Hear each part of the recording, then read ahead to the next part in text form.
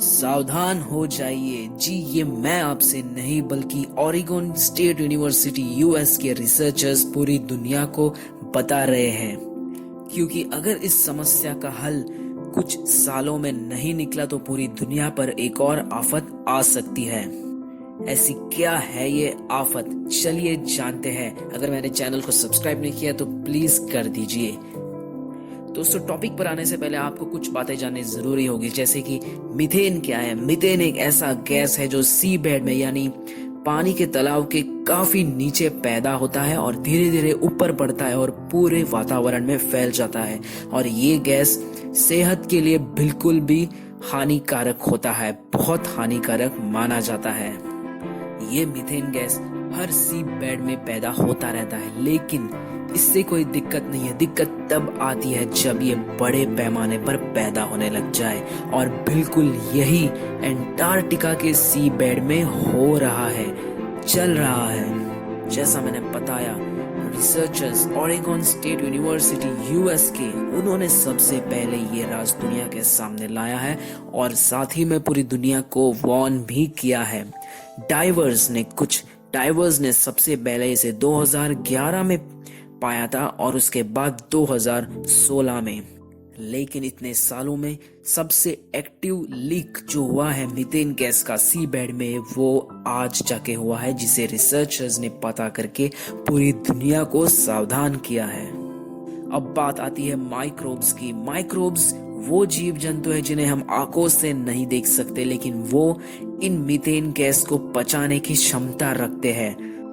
वो methane gas पानी से निकलकर एटमॉस्फेयर में पहुंचने से पहले ये माइक्रोब्स उस मीथेन को पचा लेते हैं। लेकिन इस बार ये 5 साल से देर हो चुके हैं। 5 साल देर से आने की वजह से ही ये इतने बड़े पैमाने पर methane gas C bed Antarctica में फैलता जा रहा है।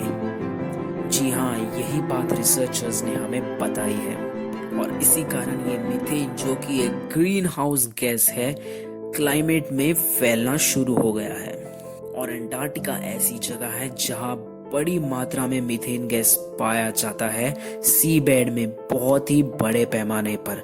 अब जब एंटार्क्टिका जैसे बड़े पैमाने पर जहां मीथेन मिलता है, अगर वहां से लीकेज शुरू हो जाए तो आप समझ ही सकते हैं क्यों रिसर्चर्स ने हमें सावधान किया होगा।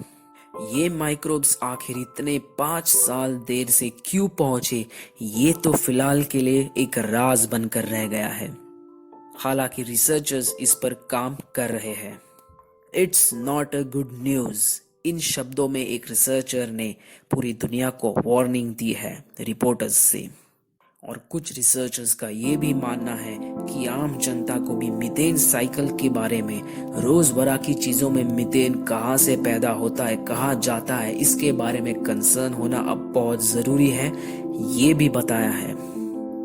प्रोफेसर जेमा वधान, जो कि यूके में रहती है, वो प्रत्यक्ष रूप से इस रिसर्च में शामिल तो नहीं थी, लेकिन उन्होंने फिर एक बार दुनिया को वार्न करते हुए बताया है कि, और रिसर्चर्स को भी बताया है कि एंटार्क्टिका की आइस शीट थोड़ी डिफिकल्ट है, थोड़ी मुश्किल है रिसर्चर्स को समझने में, क्योंकि वहां इतनी रिसर्च कैरी आउट नहीं की गई है, और अगर की भी गई तो वहां के मीथेन साइकिल को समझना अब तक आज की डेट में साइंटिस्ट्स के लिए और रिसर्चर्स के लिए एक मुश्किल काम बन गया है। जैसा कि मैंने कहा, एंटार्क्टिका एक ऐसा आइलैंड है जहां इंसान की पहुंच ज्यादा हद तक नहीं पहुंची है, इसीलिए आज एंटार्क्टिका बिल्कुल कोरोना मुक्त है, एकदम कोरोना फ्री है।